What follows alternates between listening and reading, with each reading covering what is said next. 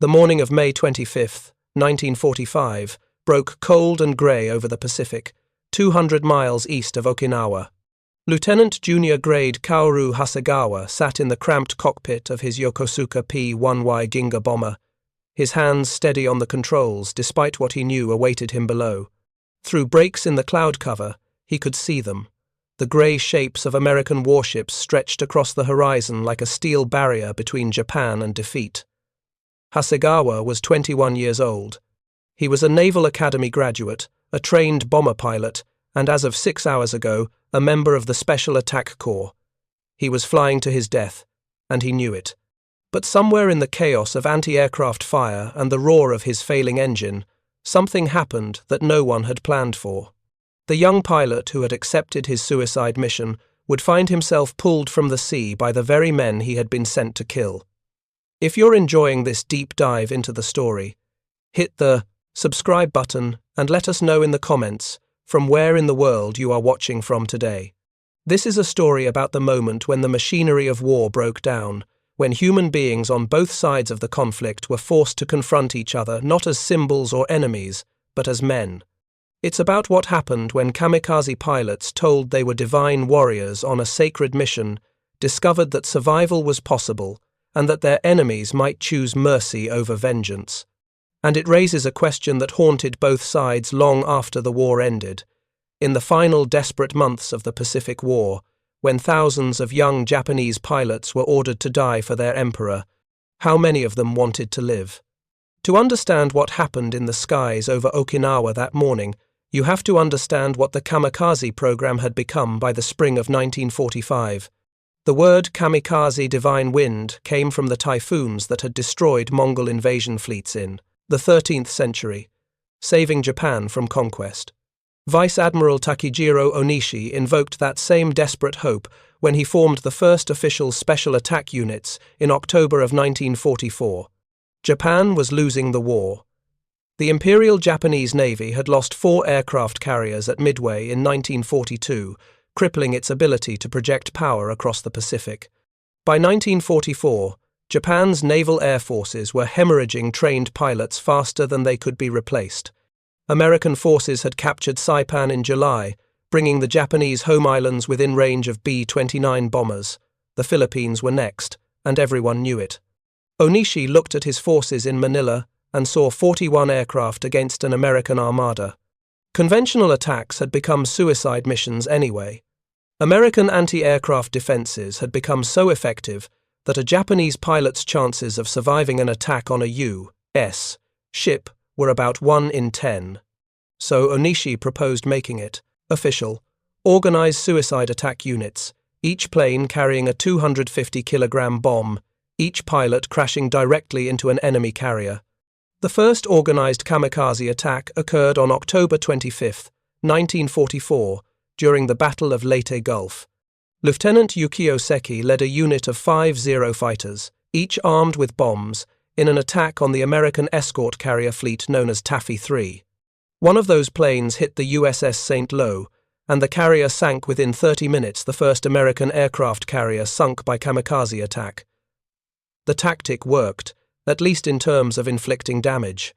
In the months following, kamikaze attacks would kill over 1,200 Americans between October and December of 1944 alone.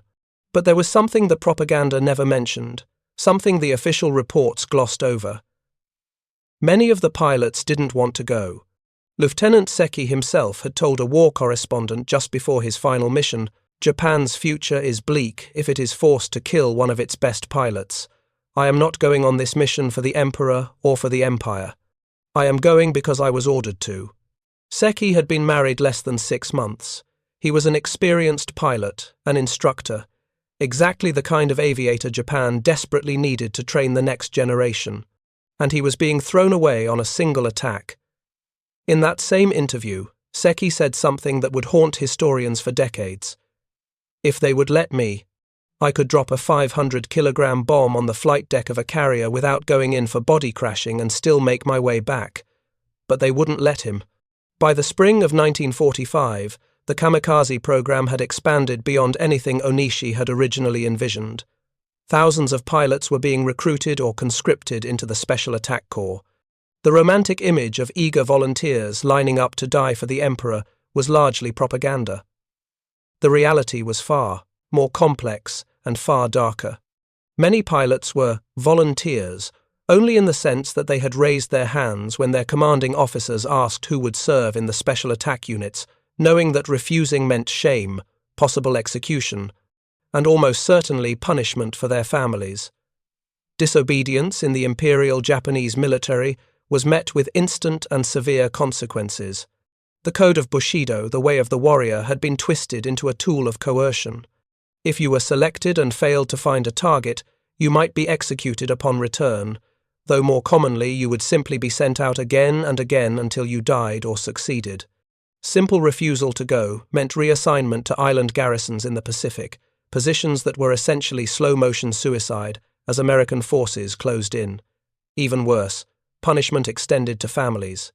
A pilot's decision to refuse a kamikaze mission could result in his parents, siblings, or wife being ostracized, losing their jobs, or facing violence from their communities. The social pressure was immense, suffocating. You died for your family's honor as much as for the Emperor. The pilots knew this. In their private letters, uncensored writings discovered after the war, they expressed a far more complicated range of emotions than the official narrative suggested. Some wrote about duty and honor. Yes, but others wrote about fear, about wanting to live, about the unfairness of being asked to throw away their lives in a losing war. One student pilot wrote, "There must be some peace of mind for dedicating my life to the Emperor. To be honest, I cannot say that the wish to die for the Emperor is genuine from my heart. However, it is decided for me that I die for the Emperor." The training programs reflected this grim reality. By 1945, Japan was recruiting teenage boys, some as young as 17, into special programs designed specifically to create kamikaze pilots. These boy pilots made up roughly 3,000 of the 4,000 pilots in the flying bomb units, the Oka program. These young men had their education discontinued, so they could be conscripted or enlisted. They were taught how to take off, but not how to land. They learned to fly straight and level, how to aim at a ship, how to arm a bomb. Everything else was unnecessary, because they were never coming back. The training was minimal, because Japan no longer had the fuel or the time for extended instruction. Many of these pilots had fewer than 50 hours of flight time when they were sent on their final missions. They flew with experienced pilots as escorts, not just to protect them from American fighters, but to make sure they went through with the attack. The kamikaze units depended on these escorts to guide them to their targets, because the suicide pilots themselves often lacked the navigation training to find the American fleet on their own. This created a strange dynamic. Experienced pilots, men who could still be valuable to Japan's defense, were being used as shepherds for pilots who had been trained only to die. And here was where the cracks in the system began to show. Not every pilot went willingly. Some buzzed their commander's quarters in a final defiant gesture before flying off to their deaths, a silent scream of rage at the men who sent them to die while remaining safely on the ground. Others developed sudden engine trouble and returned to base. When Vice Admiral Matome Ugaki, Onishi's successor in the Kamikaze program, sent out 24 planes in one raid, 11 reported mechanical problems. Only 6 reached their target. Ugaki recorded it as a complete failure in his diary, but he couldn't write what he must have suspected. That many of those pilots had simply turned back, choosing survival over suicide. The official numbers tell part of the story. Approximately 1/4 to 1/3 of all kamikaze sorties never reached their targets. Most of those pilots died, anyway shot down by American fighters or anti-aircraft fire, crashing into the sea when their damaged planes gave out. But some made it back, and when they did, they faced a terrible reckoning. If they had a legitimate reason mechanical failure, weather, inability to locate the target, they were given a grim reprieve. They would go out again, and again, until they succeeded or died trying. Lieutenant Yukio Seki's unit had to abort 4 times before finally completing their attack on October 25th. 4 times they flew out, 4 times they came back, the pressure mounting with each return, the shame of survival building until death became preferable to facing their commanders again. But what about the pilots who simply couldn't go through with it? The ones who, in the moment of decision, pulled up instead of pushing down? The ones who looked at the American ships and thought not about honor or duty or the emperor, but about the fact that they were 20 years old and didn't want to die? The official records are silent on these men. Their stories were buried, erased, shameful evidence that the divine wind was powered by coercion as much as devotion. After the war, survivors rarely spoke about their experiences, and when they did, it was carefully, aware that their very existence was an uncomfortable reminder of the thousands who had died. But in the chaos of battle, in the few seconds between spotting a target and making the final dive, some pilots made a different choice. By May of 1945, the Kamikaze campaign had reached its peak during the Battle of Okinawa. On April 6th alone, in an operation called Kikusui, or floating chrysanthemums, waves of suicide aircraft made hundreds of attacks against the Allied fleet. Over the course of the 11-week battle, more than 1,900 kamikaze pilots would be sent against American ships. They would sink or damage at least 30 U.S. warships and 3 merchant vessels, killing thousands of sailors. The attacks were devastating, terrifying, and ultimately futile. No aircraft carriers, battleships, or cruisers were sunk at Okinawa, despite the sacrifice of 1,465 aircraft and their pilots. The destroyers on picket duty bore the brunt of the attacks, the smaller ships positioned as early warning systems and shields for the larger vessels behind them. The USS Laffey survived 6 kamikaze hits and 4 bomb strikes in one day, earning the nickname, the ship that would not die. But survival came at a cost measured in trauma and blood. American sailors developed a special hatred for kamikaze pilots, a visceral terror mixed with rage at an enemy who seemed to have abandoned all human instinct for self-preservation. This was the psychological landscape that Kaoru Hasegawa flew into on the morning of May 25, 1945. He was commanding a 3-plane formation of Ginga bombers, heading toward the American task force that was bombarding islands east of Okinawa. His 2 wingmen were shot down or turned back, the records are unclear. But Hasegawa pressed on, alone now, searching through the clouds for his target. Below him, the destroyer USS Callahan was operating as part of the radar picket screen, the first line of defense against exactly this kind of attack. The destroyer's crew had been at battle stations for hours. They were exhausted, terrified, and furious. 2 weeks earlier, on May 11th, dozens of kamikaze attacks had hit the fleet. The carrier USS Bunker Hill had been struck by 2 suicide planes, killing 389 men. The psychological toll of waiting for death from above was almost as devastating as the attacks themselves. When Hasegawa's plane emerged from the clouds, the Callahan's anti-aircraft guns opened fire immediately. Tracers filled the sky, 40mm guns hammered. 5-inch shells burst in black flowers around the diving bomber. Hasegawa tried to evade, but his plane was hit. The bomber was damaged, losing altitude, and in that moment Hasegawa faced the same decision every kamikaze pilot faced when their plane was crippled: crash anyway, die in the attempt, or try to survive. Some pilots, when they knew their planes were too damaged to reach their targets, deliberately crashed into the sea rather than be captured. Others tried to make it back to base. Hasegawa made a third choice. He tried to bail out. The Ginga was hit again, more seriously this time, and it went into the sea. The other 2 crew members, a navigator and a radio man, died in the crash. But Hasegawa survived the impact, struggled free of the sinking bomber, and found himself floating in the Pacific, badly injured, waiting to die. And that's when something unexpected happened. The USS Callahan, the ship that had just shot him down, turned around and came back for him. In the middle of a battle, with more kamikazes potentially inbound, the destroyer's crew made the decision to pull a Japanese pilot, an enemy who had just tried to kill them, out of the water. If you find this story engaging, please take a moment to subscribe and enable notifications. It helps us continue producing in-depth content like this. They hauled Hasegawa aboard, this young man who minutes ago had been trying to crash a bomb-laden aircraft into their ship. He was badly injured, contusions covering the left side of his body from hip to ear, several broken teeth, a fractured leg. The pain was overwhelming.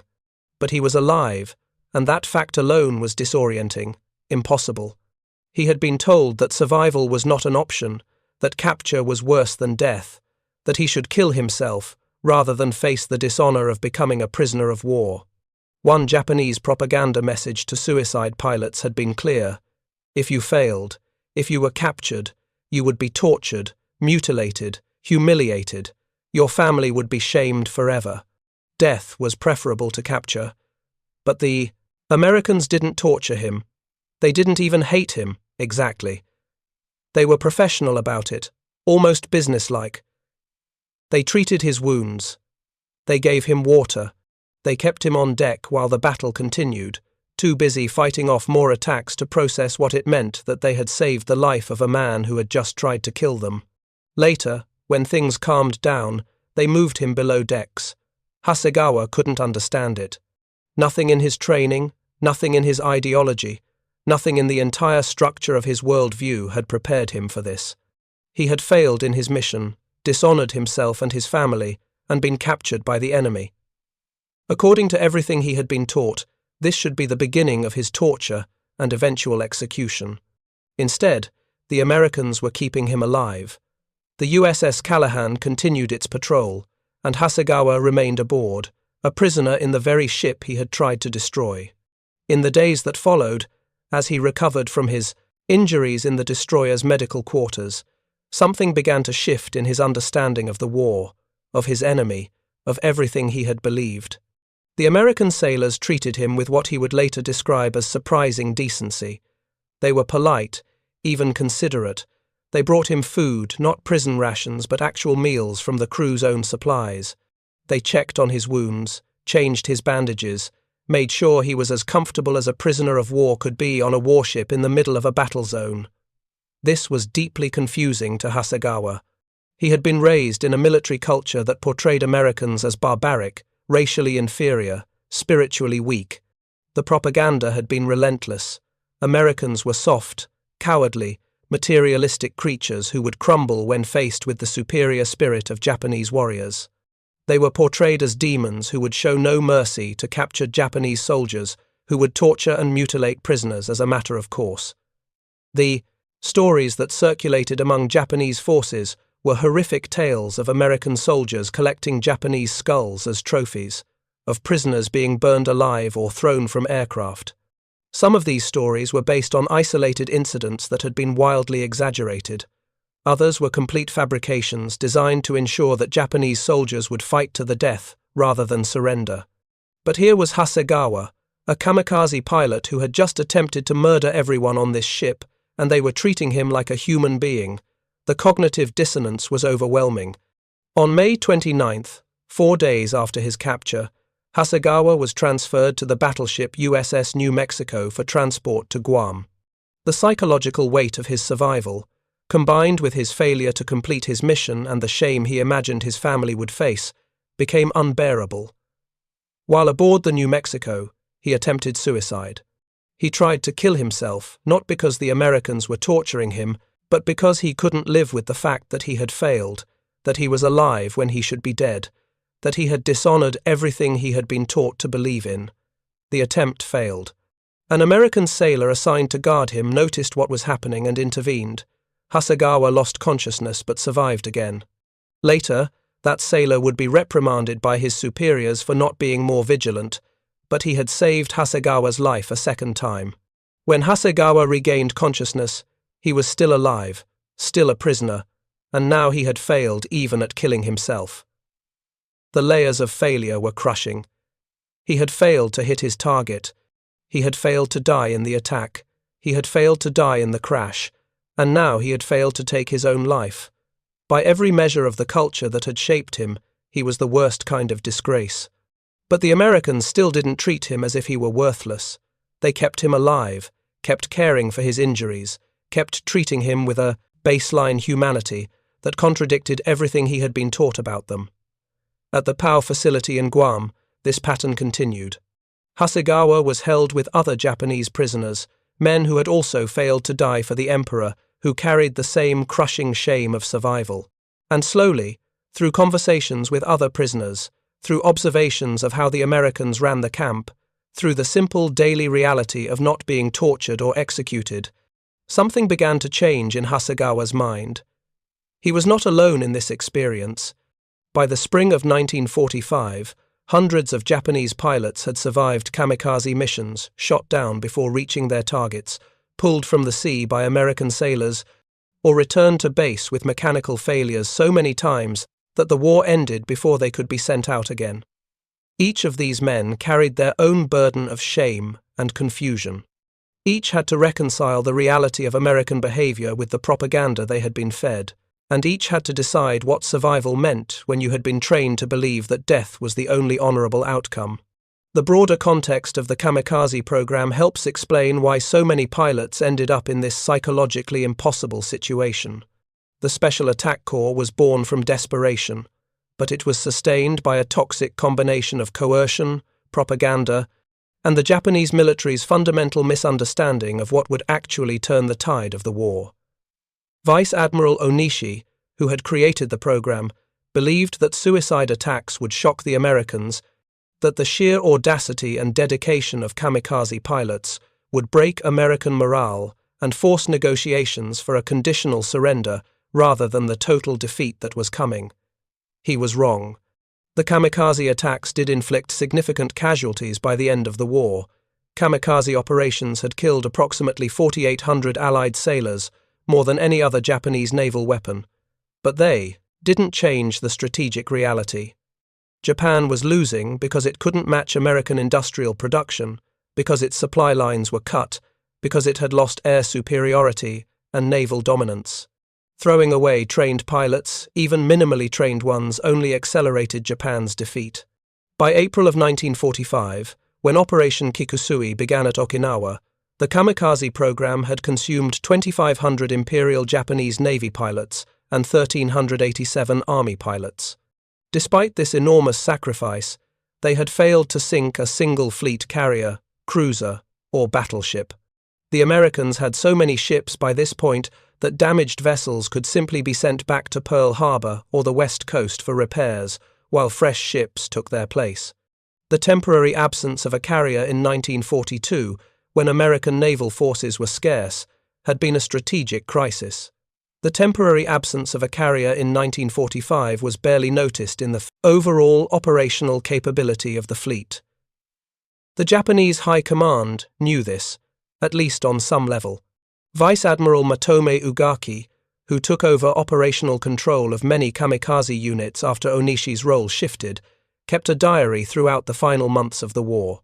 His entries reveal a man slowly losing his grip on reality, caught between the evidence of his eyes and the ideology he couldn't abandon.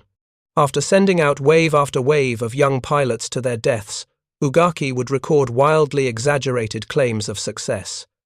5 carriers sunk, 2 battleships destroyed, multiple cruisers sent to the bottom. Intelligence officers would assure him that these kills were confirmed, even as American ships continued to appear in larger numbers than before. Then he would write, in the same entry, something like, "Each day we try to finish the enemy task force, and yet they can't be finished." The denial was monumental, but Ugaki kept sending pilots out anyway, because stopping would mean admitting that all the previous deaths had been for nothing.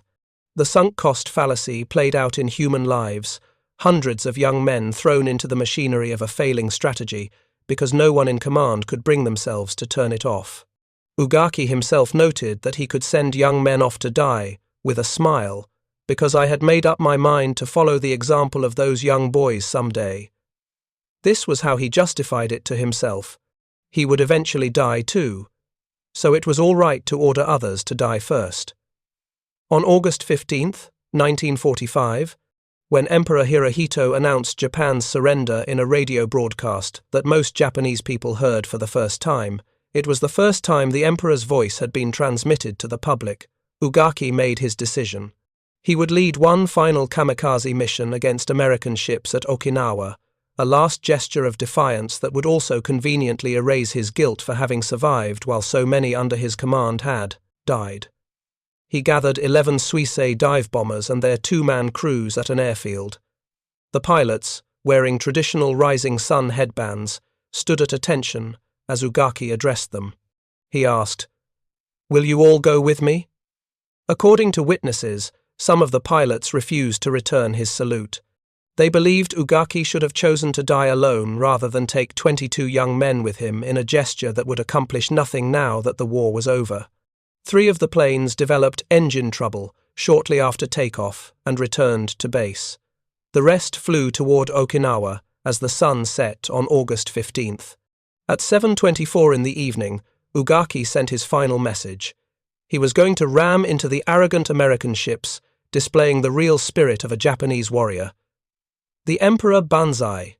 Less than 15 minutes later, at about 7:40 in the evening, crewmen of LST 296 were unloading supplies at the small island of Ihayajima off Okinawa.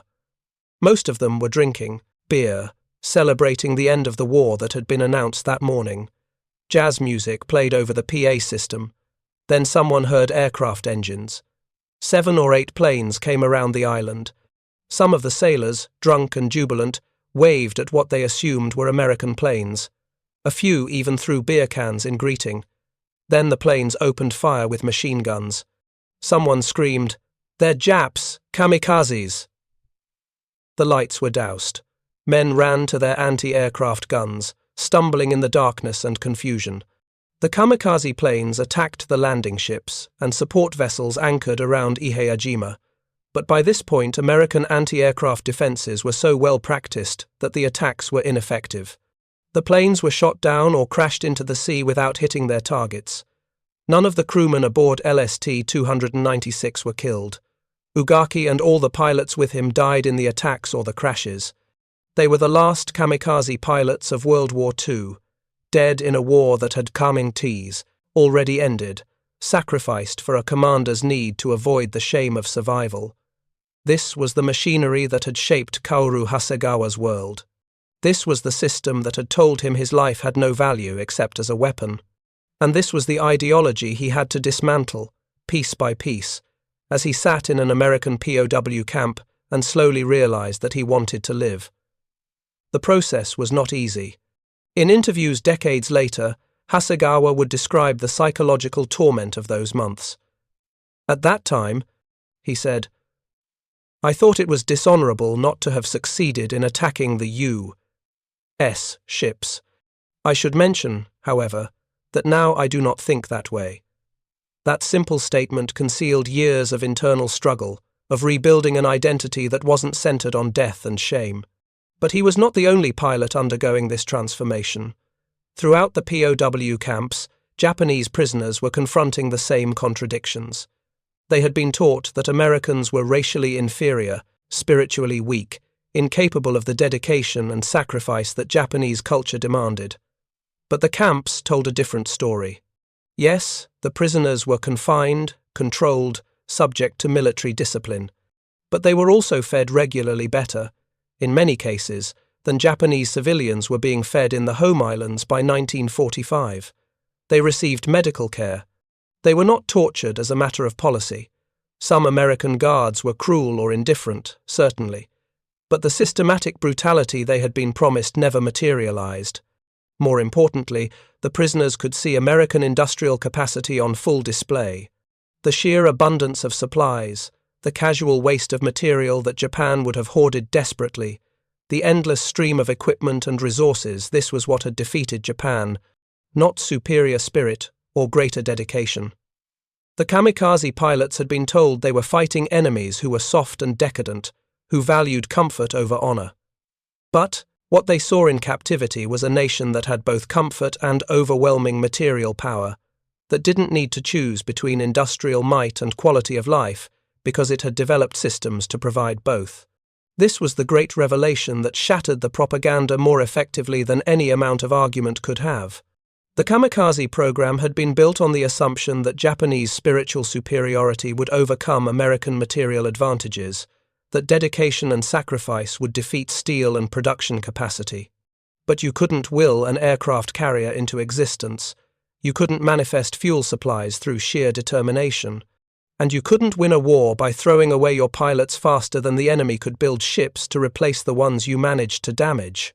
Some Japanese officers, particularly those who had been educated in the West before the war, had understood this all along. They had known that attacking the United States would lead to exactly this outcome, a grinding industrial conflict that Japan could not win. Admiral Isoroku Yamamoto, who had planned the Pearl Harbor attack, had studied at Harvard and served as a naval attaché in Washington. He knew American industrial capacity firsthand, and he had warned his superiors that Japan could run wild for 6 months or a year, but that a prolonged war with the United States would end in defeat. He was right. Yamamoto himself was killed in April of 1943 when American codebreakers intercepted his flight plans and sent fighters to shoot down his transport plane over Bougainville. By the time Kaoru Hasegawa was captured in May of 1945, the outcome Yamamoto had predicted was obvious to anyone willing to see it. But the ideology that had driven the Kamikaze program made it impossible for Japan's leadership to surrender while they still had pilots to throw at American ships. Honor demanded resistance to the last man. The concept of surrender with dignity, of preserving your population for the future rather than sacrificing them in a lost cause, was incompatible with the militarist interpretation of Bushido that dominated Japanese command thinking. So the attacks continued. The pilots kept dying, and men like Hasegawa, who survived, carried a burden of shame that their culture insisted they deserved. The end came in August. On the 6th, an American B-29 dropped an atomic bomb on Hiroshima, killing approximately 70,000 people instantly and tens of thousands more from radiation in the following weeks. On the 9th, a second atomic bomb destroyed Nagasaki, killing another 40,000 immediately. Between these two attacks, on August 8th, the Soviet Union declared war on Japan and invaded Manchuria, crushing the Japanese forces there with overwhelming force. Emperor Hirohito, facing the choice between national suicide and surrender, chose surrender. His radio broadcast on August 15th used formal, archaic Japanese that many listeners struggled to understand, but the meaning was clear enough. Japan had lost the war. For the kamikaze pilots who had survived those who had been shot down, those who had returned too many times with mechanical failures, those who were still training when the surrender came, the announcement brought a complicated mix of emotions. Relief, certainly, that they wouldn't be sent to die, but also a profound confusion about what their survival meant. If the emperor had ordered them to die, and they had failed or avoided that death, and now the emperor was ordering them to live as subjects of an occupied nation, which order was more valid? The entire moral framework of their lives had been built around death for the emperor. What did life for the emperor even mean? Some pilots couldn't handle the transition. There were reports of pilots taking off on August 15th and after, flying their planes into mountains or the sea in final suicide attacks against enemies who were no longer fighting. These deaths were never officially recorded as kamikaze attacks because the war was over, but they were the logical conclusion of an ideology that had made death more honorable than survival. For these men, living in a defeated Japan was more shameful than dying in a lost war. Other pilots, however, made different choices. They chose to rebuild, to reintegrate, to become part of the society they had nearly died for. This was harder in many ways than dying would have been. It required dismantling everything they had been taught, admitting that the sacrifices had been for a doomed cause, and finding meaning in life when they had been trained to find meaning in death. Kaoru Hasegawa became one of these men. He spent the remainder of the war and the early occupation period in POW camps, first in Guam and later in facilities in the Philippines. He was repatriated to Japan in 1946, returning to a country that was physically and psychologically devastated. The American occupation forces, led by General Douglas MacArthur, had imposed a new constitution that stripped the emperor of political power and established Japan as a constitutional democracy. The militarist regime that had created the kamikaze program was dismantled, its leaders tried for war crimes, its ideology officially repudiated. Hasegawa had to find a place in this new Japan.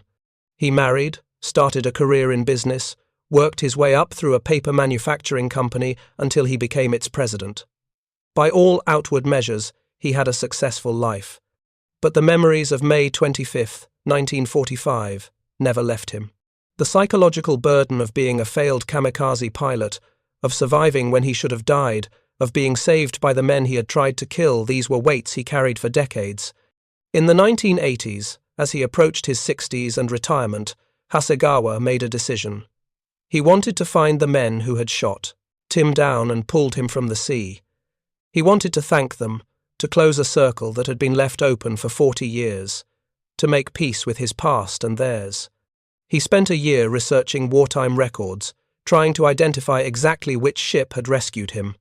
The USS Callahan had been sunk by another kamikaze on July 29, 1945, just 2 months after rescuing Hasegawa.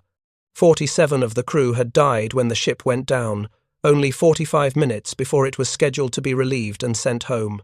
The survivors had scattered across America, returning to lives and careers far removed from the Pacific War. But Hasegawa tracked them down, contacted them, and arranged a reunion. In July of 1995, exactly 50 years after the Callahan was sunk, Kaoru Hasegawa traveled to the United States to meet the men who had saved his life. The reunion took place in San Diego. About 100 survivors of the destroyer attended, grey-haired men in their 70s and 80s, veterans of a war most Americans had stopped thinking about decades ago. Hasegawa stood before them and spoke slowly through an interpreter, his words chosen carefully to bridge not just a language barrier, but a chasm of history and pain. "The enemy yesterday can be your friend today," he told them. "At certain times, man has to fight against each other, and nations against nations, and peoples against peoples. But when the war is over, they become friends." When he finished speaking, the American veterans applauded. Former gunner Leo Jarbo, who had manned one of the anti-aircraft guns that shot down Hasegawa's plane, said simply, "To come all the way from Japan to do this means a lot." Robert Thatch, who had been a 20-year-old boilermaker on the Callahan 50 years earlier, expressed what many of the veterans seemed to feel. "Well, the war ended 50 years ago, and I think it is time to put all that stuff behind us. I believe in forgiveness." Visit to the United States. Hasegawa also went to the Navy Memorial in Washington, D.C. He laid a wreath there in honor of American sailors who had died in the Pacific War, including the 47 men from the Callahan who had died 2 months after saving his life. He donated $10,000 to the Memorial Fund as a gesture of appreciation to the crew that had shown him mercy when they could have let him drown. The symbolism was profound. A kamikaze pilot honoring the memory of sailors who died fighting against Japan, acknowledging that they had been brave men fighting for their country, just as he had believed he was fighting for his. The reunion illustrated something that the propaganda on both sides had obscured during the war, that soldiers on opposing sides were not fundamentally different creatures, but human beings caught in a conflict larger than any individual. The American sailors who had pulled Hasegawa from the sea in 1945 made a choice that violated the logic of war. They saved the life of an enemy who had just tried to kill them. That choice was possible because they saw him as a person rather than as the embodiment of everything they had been taught to hate about the Japanese. Similarly, Hasegawa's decision to seek out his former enemies and thank them was a repudiation of everything the kamikaze program had taught him. He had been told that Americans were demons, that capture was worse than death, that honor demanded he kill himself rather than face his enemy as a prisoner. Instead, he discovered that his enemies were capable of mercy, that survival was possible, and that honor could be found in reconciliation rather than in endless combat. This lesson that the propaganda was a lie, that the enemy was human, that the war itself was a tragedy rather than a glorious test of national spirit, was one that many kamikaze survivors had to learn. But not all of them could accept it. In the decades after the war, Japanese society struggled with how to remember the kamikaze pilots. To some, they were tragic heroes, young men who had made the ultimate sacrifice for their country even in a losing cause. To others, They were victims of a militarist regime that had exploited their patriotism and thrown away their lives in a pointless gesture. The Yasukuni Shrine in Tokyo, where the souls of Japan's war dead are enshrined, became a focal point of controversy. Kamikaze pilots were honored there alongside other war dead, but so were convicted war criminals, the leaders who had orchestrated Japan's war of aggression. Every visit by a Japanese prime minister to Yasukuni triggered protests from China and South Korea, countries that had suffered under Japanese occupation and saw the shrine as a symbol of unrepentant militarism. The kamikaze pilots themselves became symbols in these debates, their actual experiences and motivations often lost in arguments about national identity and historical responsibility. Were they heroes or victims? Were they fanatics or patriots? The answer, of course, was that they were individuals, each with his own reasons for serving, his own fears and hopes, his own story. Some had volunteered eagerly, convinced by propaganda that their deaths would save Japan. Others had been coerced, threatened, manipulated into serving. Some had gone to their deaths with genuine belief in their cause. Others had died angry, resentful, afraid, but unable to escape the machinery that had claimed them. The few who survived, like Hasegawa, carried these complexities with them. In interviews later in life, Hasegawa was careful to acknowledge both the horror of the kamikaze program and the sincerity of the young men who had served in it. "It was a losing war," he said. "Every day and night we were attacking, and many people were dying." He described the kamikaze missions as simply another duty, not fundamentally different from conventional bombing runs, except that, in an ordinary attack, you came back after you completed your mission. In a special attack, if you were successful, you did not come back. The understated language concealed the psychological toll of flying missions where success meant death. But Hasegawa also refused to portray himself as a victim who had been forced into service against his will. Somebody had to be named to command an attack mission, he explained. In that sense, it was a normal duty as a naval officer. This was the contradiction at the heart of many kamikaze pilots' experiences. They were both volunteers and coerced, both dutiful officers and exploited young men, both believers in their cause and victims of propaganda. The complexity resisted simple narratives of heroism or victimhood. The encounter between kamikaze pilots and American sailors revealed these contradictions starkly. When Hasegawa tried to crash his bomber into the Callahan, he was acting as a weapon, an instrument of state violence, a kamikaze in the purest sense. When the Callahan's crew pulled him from the water, they were acting as human beings, making a moral choice that transcended the immediate demands of warfare. Neither action invalidated the other. The Americans were right to defend their ship. Hasegawa was following orders in attacking it. But once the immediate combat was over, once the plane was down and the pilot was in the water, a different set of choices became possible. The Americans could have left him to drown, and no one would have blamed them. Instead, they rescued him, and in doing so, they demonstrated that war did not have to completely destroy the capacity for mercy. This was the lesson that both sides carried forward. The American sailors learned that their Japanese enemies were not the demons of propaganda, but young men who bled and suffered and feared just as they did. Hasegawa learned that Americans were capable of honor and decency, that the propaganda about torture and barbarism was a lie designed to keep Japanese soldiers fighting to the death. These lessons did not come easily. They required years of reflection, decades of distance from the immediate trauma of war, and a willingness to see the enemy as human. But they became the foundation for reconciliation between the United States and Japan, the basis for a relationship that transformed from bitter enmity to close alliance in the span of a single generation. The story of kamikaze pilots who survived, who were rescued or captured, who lived to confront the contradictions between what they had been taught and what they experienced, is a story about the possibility of moving beyond propaganda and hatred. It suggests that even in the most brutal and dehumanizing circumstances, individual human beings can make choices that resist the logic of total war. Not every kamikaze pilot had the chance to make those choices. The vast majority died in their attacks or in the attempt, their names recorded in military registers, their stories reduced to statistics of a failed strategy. But the ones who survived, shot down and rescued, returning from aborted missions, still training when the surrender came, these men carried forward a different narrative. They lived to tell the world that the Kamikaze program was built on coercion and desperation as much as on honor and dedication. They lived to show that survival was not shameful, that the enemy was not evil, that the war itself was a tragedy to be prevented rather than a glory to be celebrated. In July of 1995, when Kaoru Hasegawa stood before the American veterans who had saved his life 50 years earlier, he embodied this transformation. The young pilot who had tried to die for the emperor had become an old man working for peace and understanding between former enemies. The weapons had been turned into friends.